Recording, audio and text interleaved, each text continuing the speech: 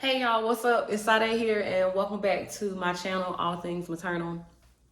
First and foremost, y'all, I'm sorry I missed almost 2 weeks without posting the actual video. I know I've been interacting with the community as far as posting quotes and stuff like that, but I haven't made an actual video.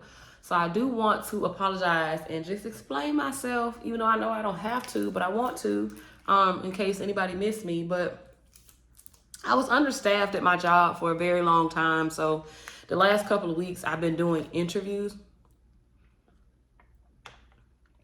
and Capri Sun, sorry.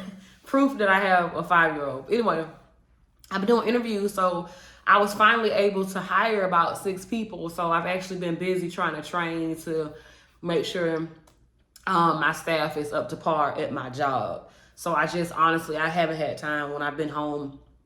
You know, your girl been trying to get some sleep. But I'm back and I am ready, and I thank you guys for being patient.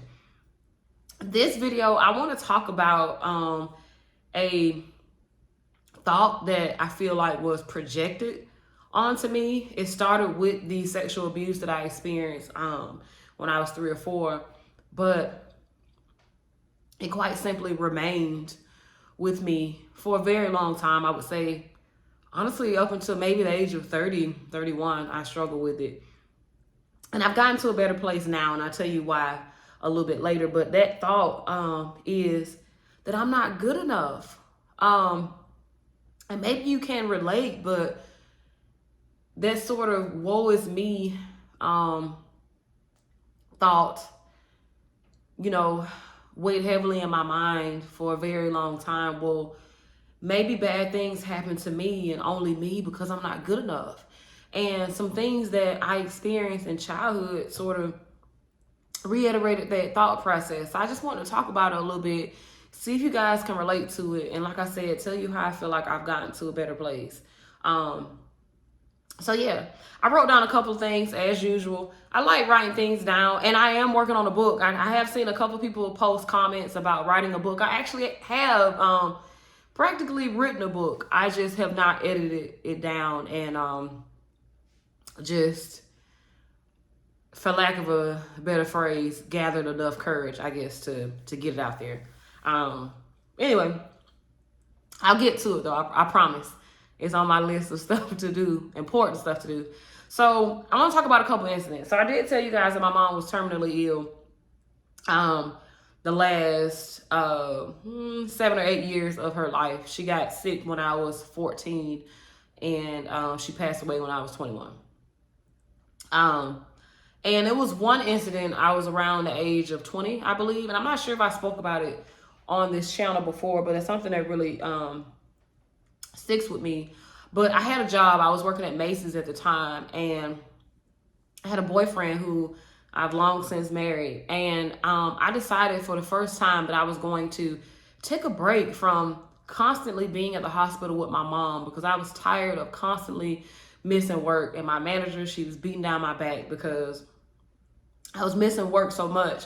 I remember having a conversation with my manager at the time, and she was just like, you know, you need to know how to balance both. And at the time, I just felt like she was being very selfish. Like, you know, girl, this is my damn mom here. You know, that's what I was thinking at the time. But as I'm getting older, I understand what she was saying. Like, I was literally letting my life, my own life, be on the back burner so I could, you know, be there for my mom, please her, be company and stuff like that.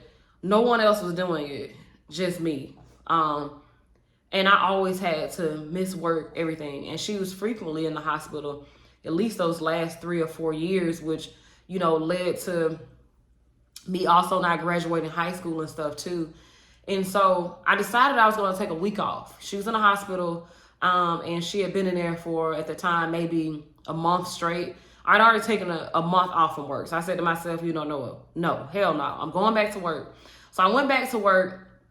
And my mom was calling me every night, 11, 12, 1, 2 o'clock in the morning. And she was just reiterating how selfish I was. And one night she called, and it was so strange. She changed her voice up a little bit, and she said that she was my grandmother. And that my mom really needed me and XYZ.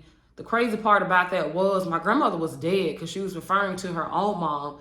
And my mother's mom, my maternal grandmother, she died, I think, when my mom was 8 or 9. I can't remember how old my mom said she was.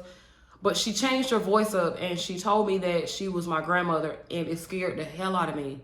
And so a couple days later, I did decide that it was time to, let that break go from constantly doing and just go back to see my mom. So went back to the hospital, put my life, my job, and everything on the back burner, which I eventually ended up, losing. So to top the story off, and this is where that thought of I'm not good enough comes, and I'm sorry I had to figure out my train of thought right quick. So maybe a couple days later, I want to say it was Memorial Day or something like that, my stepfather, he told me, hold on, I wrote it down. He just told me how I should be at the hospital with my mom. It's my responsibility to be there for my mom as her child, XYZ, which was fine. At the time, I was thinking, okay, maybe he is right. But now that I'm married, I'll just honestly say this, and this is, and hopefully I'm not going off on a tangent here, but it's not a child's responsibility to take care of a parent. That parent is married, it's that spouse's responsibility.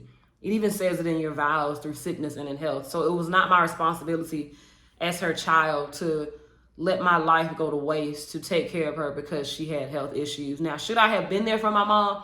I should have, but it shouldn't have been sacrificial, and I should have never been made to feel like a bad person because I wasn't. So back to what I was saying. A couple days after I talked to my stepfather, his family is in town, and his mom pulls me aside at a family function. I want to say it was Memorial Day. And she basically chews me out for 30 minutes, tell me how I should be ashamed of myself for not being there for my mom, how I'm a horrible daughter, how I'm going to hell, and blah, blah, blah. I could not stop crying, and I just felt bad. And that thought lingered for a very long time. The next thing I want to talk about is just my mom calling me on the phone a lot. She used to call a lot, especially when I got a job and I started having friends and stuff like that, making new friends, adult friends. This is back when I was 18 through 21, when I was becoming my own person and separating myself from her. I wasn't at home as much and things like that. And so she would call, and like I said, I worked at Macy's and I worked on the sales floor, so I couldn't answer the phone all the time. What do I look like answering the phone when I'm in a customer's face? Well, excuse me. If I didn't answer that phone every single time, she would leave a threatening voicemail. She would call me stupid. She would call me trash. She would say things like, what the F do you have a phone for if you're not going to answer it, you stupid P? Like, just different things like that, hurtful things. And it made me dread missing her call, because not only that, by the time I got home, she was still having attitude sometimes, or at other times she would pretend like nothing happened. So it really caused an intense anxiety in me, which I'll talk about in another video. But that made me feel not good enough too. It's like I'm out here, I'm working, trying to better myself and become a better human being. And you're upset because I was not able to take time out to do for you. And so that made me feel like a bad person too. And then the last thing I want to talk about, it's kind of has something to do with my mom, but kind of doesn't. But it's when I was 17, I was dating a 29-year-old guy. I think I talked about in another video. But so the dude ghosted me, y'all. He ghosted me. He just stopped talking to me out the middle of nowhere. And my mom blamed me for it. So I guess it is talking about my mom too, but I guess it was one of those situations where what he did and what she said sort of confirmed one another. Just like my step grandmother confirming what my stepfather said, basically about me being a bad person for not being there for my mom. Him ghosting me and my mom basically saying it was my fault, just kind of reiterated how I wasn't a good person. She would tell me something all the time that I still I still struggle with a little bit now. I'm not gonna lie, at 36. She used to always tell me that my personality made it difficult for me to keep a man. And so even now, sometimes when me and my husband, we have our disagreements and stuff like that, I always wonder, like, damn, is it me? Like, is something about my personality? Like, you know, is this dude ever gonna eventually leave me? Because my personality sucks.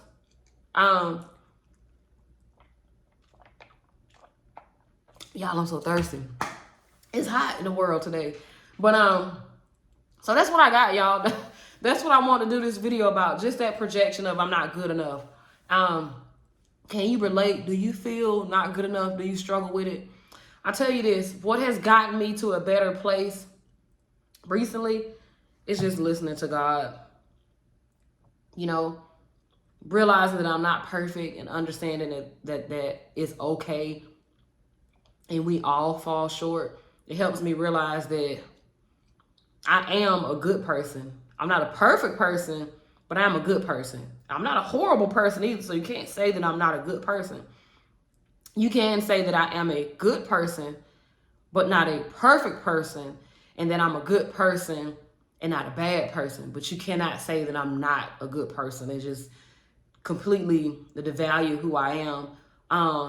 And even I may still struggle with things from time to time, but because I believe in God, my baseline is that I'm enough, man. I'm enough regardless. And I want to let y'all know, anybody who's watching this video who feels like you are not good enough, you are enough. You're not perfect, and that's cool. Ain't nobody perfect. We all fall short. But girl, guy, you are enough and you are blessed, okay? I'll talk to y'all soon. I got to go, plus I'm thirsty.